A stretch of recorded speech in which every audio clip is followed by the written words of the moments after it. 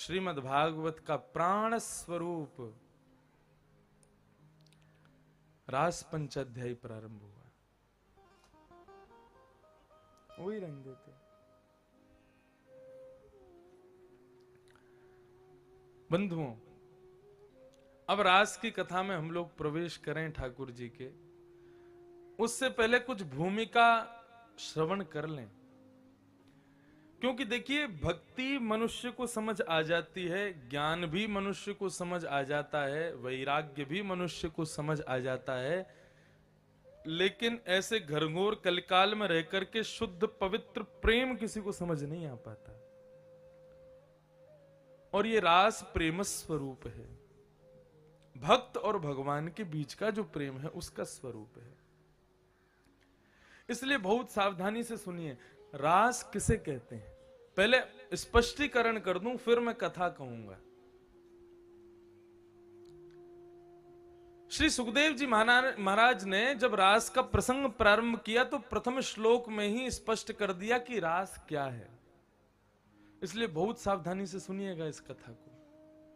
हमारे पूज्य नाना जी कहते थे कि रास की कथा लाला भगवान की अंतरंग लीला है। अंतरंग लीला मतलब गुप्त लीला है, और गुप्त लीला को सब जगह नहीं बोलना चाहिए। जो योग्य हों उन्हीं के आगे बोलना चाहिए। नहीं तो ठाकुर जी कहेंगे, भाई हमारी गुप्त लीला तुम सबको क्यों बता रहे हो।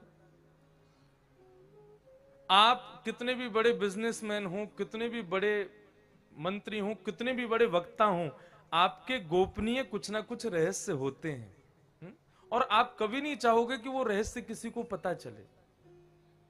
वो केवल सीमित लोगों तक ही रहते हैं। लेकिन यदि वो रहस्य किसी को बताया जाए तो पहले उस व्यक्ति को अपनी सीमित दायरे में लाया जाए, तब उसको बताया जाए। तो हमने नाना जी से कहा, नाना जी की रास की कथा सब जगह नहीं कहें तो एक दो श्लोक कह के निकल जाना चाहिए, लेकिन यदि दिखे कि योग्य लोग बैठे हैं तो कह देना चाहिए। हमने कहा, नाना जी और क्या तरीका है? बोले, और ये तरीका है कि पहले सब लोगों को योग्य बना लो, फिर उनको सुना दो।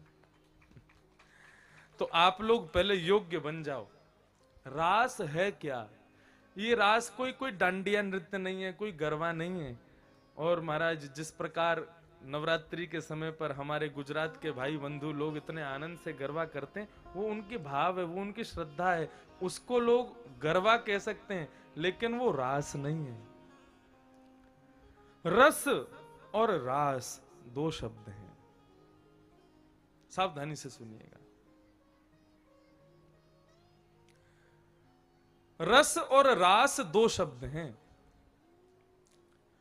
रस कब मिलता है और रास कब मिलता है, यदि यही समझ लिया तो आप संपूर्ण रास की कथा को समझ जाएंगे।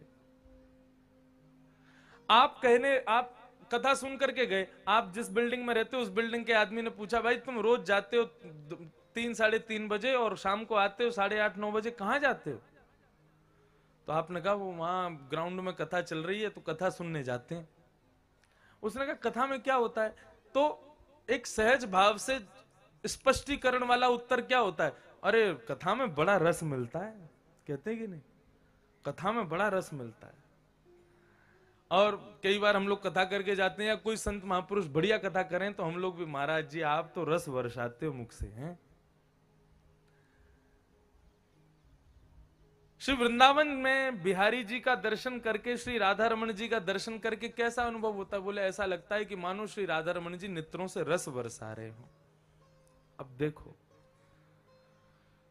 भक्त जब भगवान के स्वरूप माधुरी, लीला माधुरी, गुण माधुरी, धाम माधुरी की अपेक्षा रखता है, तब उसको रस कहते हैं। सावधानी से सुनिएगा। भगवान की कथा सुनने की इच्छा आपके भीतर हो रही है तो आप अभी रस में युक्त हो, आपको रस की इच्छा है, मुझे और रस चाहिए। आप कहोगे, अरे यार वहां पे भी कथा चल रही है, वहां भी सुनिया हूं, महाराज जी की कथा चल रही है, वहां भी सुनिया हूं, इंद्रेश जी की चल रही है, उनकी भी सुनिया हूं। इसका मतलब क्या? आपको रस की इच्छा है, सब जगह से जितना रस मिल जाए मैं उतना ले लूं।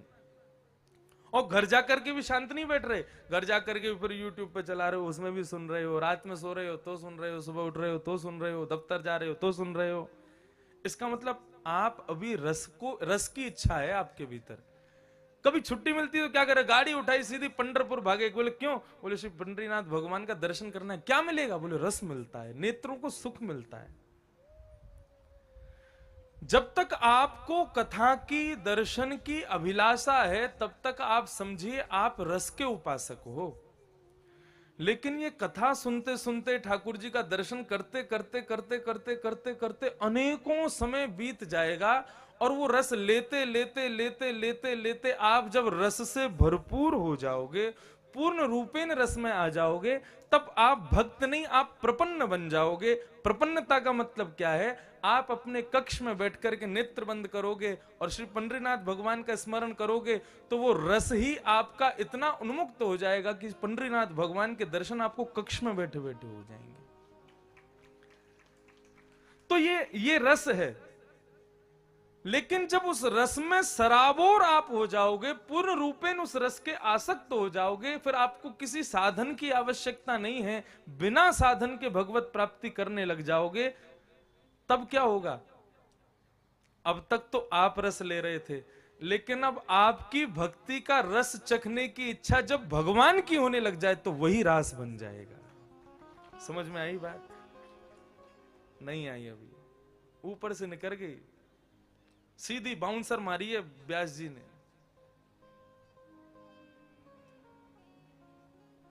फिर समझो, जब तक, अच्छा और सरल कर देता हूं, बोलो इतना घुमा फिरा के क्यों, सीधा ही बोल दो।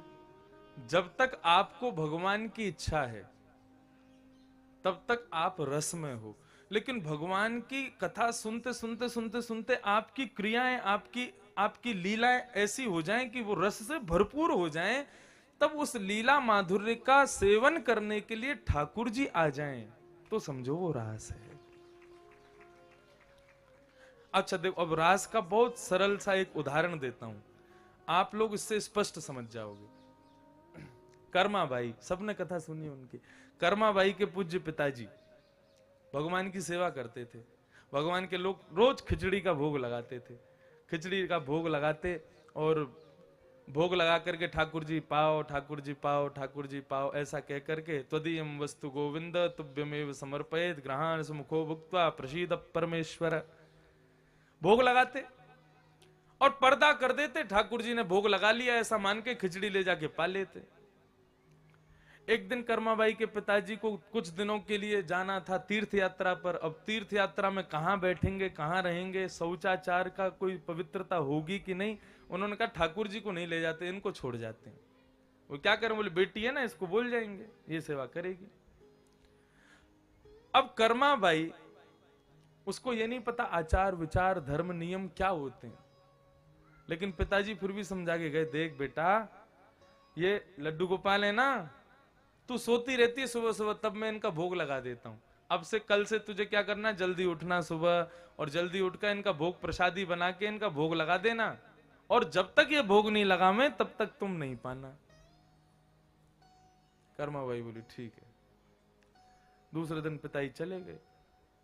अब कर्माबाई सवेरे सवेरे उठी, नहाई धोई भी नहीं, और सीधी उसने चूल्हे में आग लगाई। चूल्हे में आग लगा करके ऊपर कढ़ाई रखी, और वो चावल वावल जो भी खिचड़ी के लिए उसको चाहिए थे सबको रखना शुरू कर दिया, और सबको पकाते पकाते बोली अब क्या करूं, अपनी दिनचर्या भी कर लूं। मुंह धोया ही, झाड़ू पोंछा बर्तन भी करती जा रही है, ठाकुर जी का भोग भी बनाती जा रही है। बोली दातुन कर लूं, दातुन तोड़ लाई, दातुन करती जा रही है, भोग बनाती जा रही है। नाई नहीं है अभी, और भोग बना रही है, भोग सिद्ध कर रही है। और भोग सिद्ध करते करते अब सोचती है अब क्या करें, क्या, अरे तो जलने की सी बू आ रही है, कहीं नीचे से पक तो नहीं गया, अब क्या करूं, कलची कहाँ है क्या, अरे जल जाएगा जल्दी, तो अपनी दातुन से ही चला देती है खिचड़ी को, और ऐसे सिद्ध करके भोग बिना नहाए धोए कर्माबाई ले गई, और ले जा करके उसमें थाल में खिचड़ा रख करके और ठाकुर जी के आगे रख दिया। बोले आओ लाल जी जल्दी भोग लगाओ। लगाओ, अरे क्या हुआ, क्यों ऐसे मूर्ति के रूप में क्यों बैठे हो, जल्दी खाओ ना, हमने बना दिया आपके लिए। अच्छा इसमें नमक कम है, तो भगवान क्या कैसे चाटने लगे, नमक तो ठीक है बिल्कुल, पा क्यों नहीं रहे हो आप, गरम है, तो फूंक मारने लगी। अच्छा अब ठंडी होगी, अब तो पा लो। अच्छा ठीक है, हमारे सामने नहीं पाओगे, ठीक है हम घूम के आ रहे हैं, तब तक पा लेना। अब वो भगवान को ये नहीं सोच रही मूर्ति है, वो ये नहीं सोच रही कि ये बाल गोपाल है, वो यही सोच रही है ये खाते ही होंगे ऐसे। घूम के आई, फिर चुपके से आके देखते अभी भी नहीं खाया, देखो हम तुम्हारी पिताजी से शिकायत कर देंगे नहीं खाओगे तो। पिताजी बोल के गए जब तक ठाकुर जी नहीं पाए तुम नहीं पाना। अरे हम पे दया करो ना, हमको भूख लगी है, जल्दी पाओ। बैठी बैठी बैठी बैठी अब रोने लग गई, बोले कब पाओगे, आप नहीं पाओगे तो मैं कैसे पाऊंगी। कभी ठाकुर जी को उठा के मुंह में कुछ करे, नहीं पावे। उसकी ऐसी भावना। अब ये क्या हुआ, अब ये रस नहीं वो रास में परिणत हो रही। उसका रस इतना बढ़ता जा रहा है, बढ़ता जा रहा है कि अब ठाकुर जी खुद को रोक नहीं पाएंगे। अंत में बोली अच्छा तुम नहीं खाओगे, ये हमारे पापा हमारे पिताजी आपसे इतना प्रेम क्यों करते हैं पता है, ये तुम्हारे गोल मटोल गाल है ना, इतने प्यारे लगते हो तुम, गोल मटोल से हो इसलिए हमारे पिताजी आपसे प्रेम करते हैं। अब खिचड़ी नहीं खाओगे तो तुम्हारे गोल मटोल गाल पिचक जाएंगे, और जब पिचक जाएंगे तो पिताजी फिर तुमको छोड़ आएंगे, दूसरे गोपाल जी को ले आएंगे, इसलिए जल्दी से भोग लगा लो फिर। अब भगवान उसके इस रस में इतने उन्मुक्त हो गए, बोले अरे ये तो पूर्ण रूपेण मेरी भक्ता बन चुकी है। श्री जगन्नाथ भगवान मंदिर से दौड़ करके आए उसका खिचड़ा खाने के लिए। इसको कहते हैं रास, इसको रस नहीं कहते। रस का मतलब ठाकुर जी की लीला का आस्वादन जब भक्त करे तो वो रस है, लेकिन भक्त की लीला का आस्वादन ठाकुर जी करें वो रास है।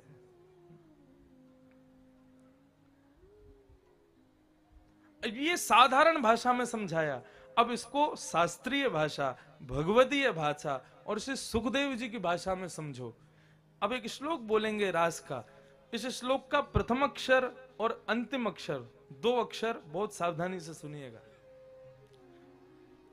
श्री सुक उवाच भगवान पिता रात्रि शरदोत्फुल्ल मल्लिका विक्षरन्तुं मनश्चक्रे योगमायाम् उपाश्रित। पहला शब्द भगवान और दूसरा शब्द अंतिम शब्द उपाश्रित। भगवान पिता रात्रि शरदोत्फुल्ल मल्लिका विक्षरन्तुम मनश्चक्रे योग मायाम उपाश्रित। अब इसका सीधा सीधा अर्थ करोगे तो बहुत अर्थ हैं, लेकिन जिससे रास की भूमिका समझ आए उस प्रकार से अर्थ करो। सुखदेव जी कह रहे हैं पहला शब्द भगवान, सचेत कर रहे हैं सभी श्रोताओं को। बोले अब जिसकी लीला सुन रहे हो वो साधारण नहीं है, कौन है, बोले भगवान। और वो भगवान भी कौन हुआ है, बोले उपाश्रित। जो भगवान किसी का आश्रित नहीं है, आज वो अपने भक्तों के उपाश्रित हो गया है। इसलिए अब ये रस की कथा नहीं, अब रास की कथा प्रारंभ हो रही है। यहां पर भक्त भगवान के आश्रित नहीं हो रहे हैं, यहां पर भगवान भक्त के आश्रित हो गए, भगवान भक्त के अधीन हो गए। श्री पंडरीनाथ भगवान ये कौन है, ये रस के स्वरूप नहीं है, ये रास के स्वरूप है। आप कहोगे रास के स्वरूप तो क्या हाथ में कोई ऐसा नृत्य की मुद्रा तो है नहीं। फिर कहूं रास के स्वरूप मतलब जो भक्त के अधीन। श्री पंडरीनाथ भगवान वर्षों से अपनी दोनों कमर पर हाथ रख के खड़े हैं। क्यों? श्री डोंगरे जी महाराज अपनी कथा में कहते थे कि ठाकुर जी लीला पूरी करके द्वारिका से वैकुंठ नहीं गए। तो बोले कहां गए, बोले द्वारिका से लीला पूरी करके रुक्मणी जी को साथ लेकर के पंढरपुर यहाँ आए हैं। पंढरपुर में आकर के पुंडलीक जो कि अपने माता पिता के चरण की सेवा करता था उसको दर्शन देने आए। अब पुंडलीक अपने माता पिता की चरण दबा रहा था, बेटा बेटा चरण दबा। इतना सेवक था अपने माता पिता का कि वो माता पिता के आगे किसी को भजता ही नहीं था।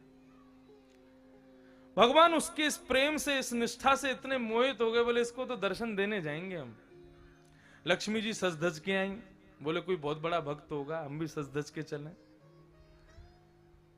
अब जैसे जैसे ठाकुर जी पुंडलीक के पास पहुंचते जाएं, अब ठाकुर जी चलते हैं तो अब उनके तो बहुत सारे आभूषण पहन के चलते हैं, सबकी आवाज होती है।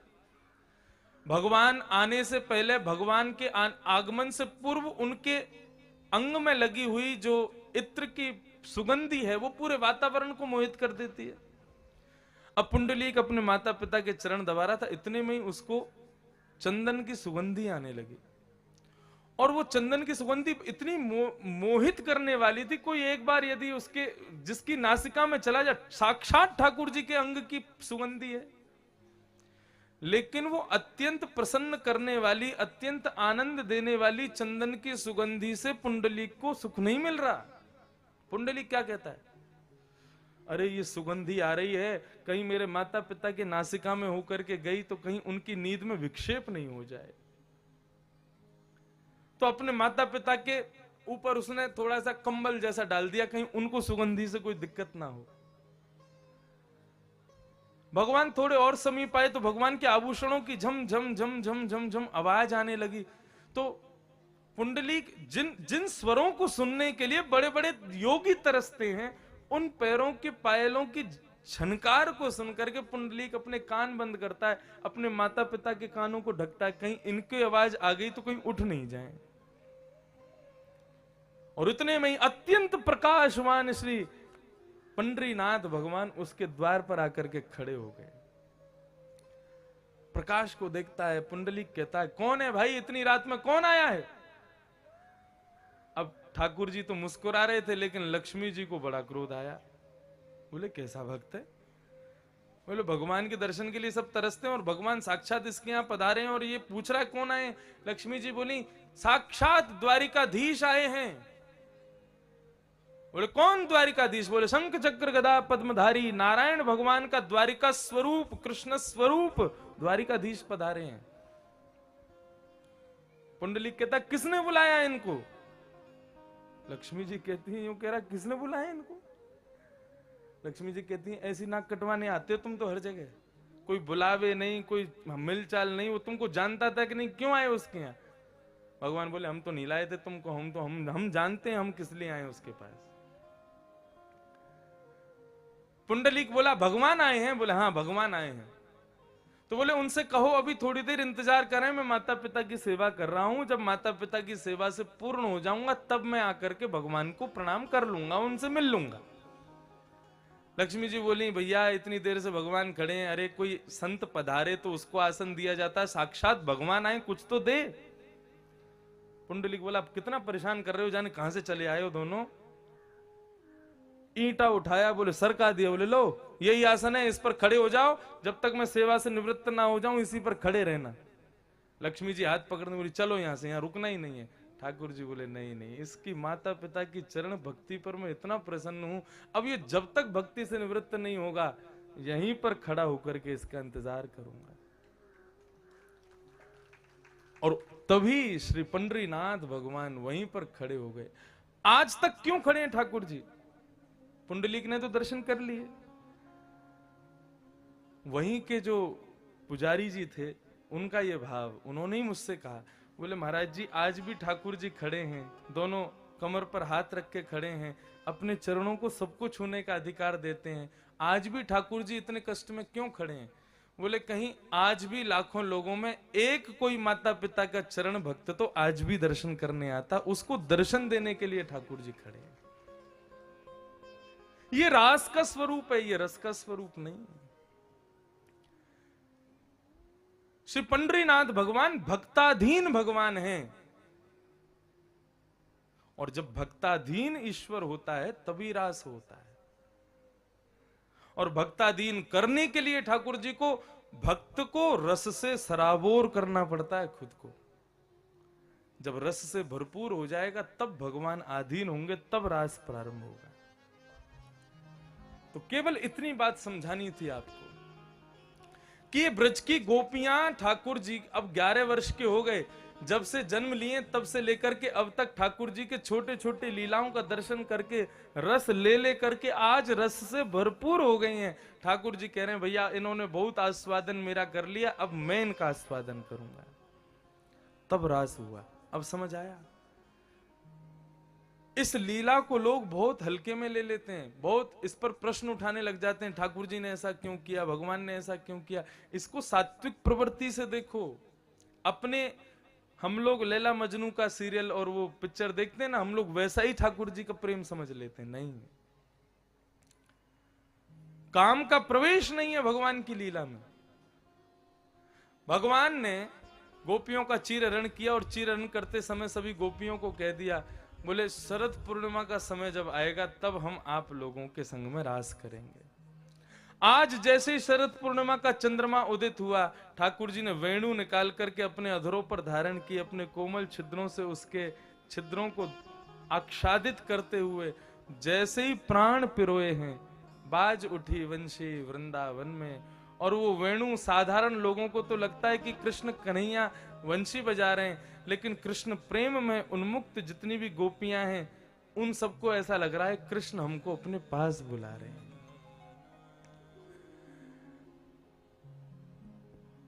जगौ कलम बाम दृशाम मनोहरम।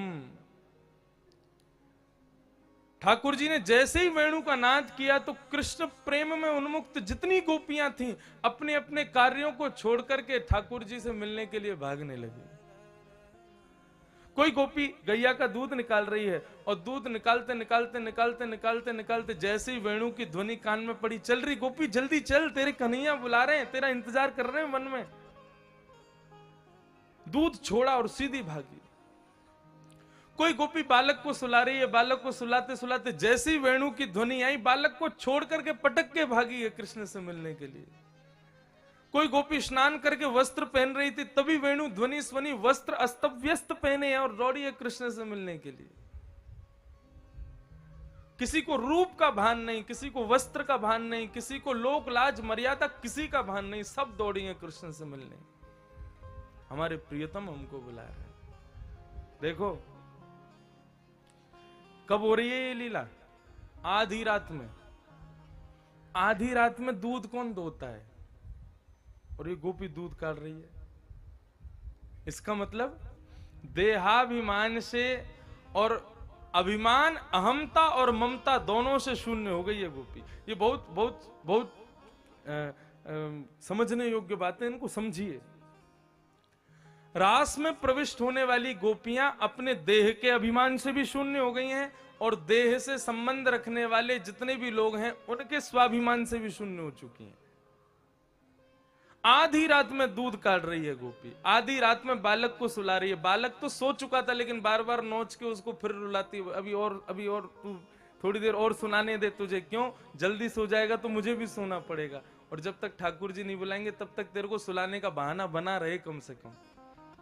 आधी रात में कौन स्नान करता है? वो स्नान करके आ रही है। आधी रात में आंजलोचने, आंखों में काजल लगा रही है गोपी। मतलब स्थिति यदि सामान्य इंसानों की देखोगे तो लोग कहेंगे कि ये पागल हो चुकी है, लेकिन वास्तविकता में यही भक्ति है।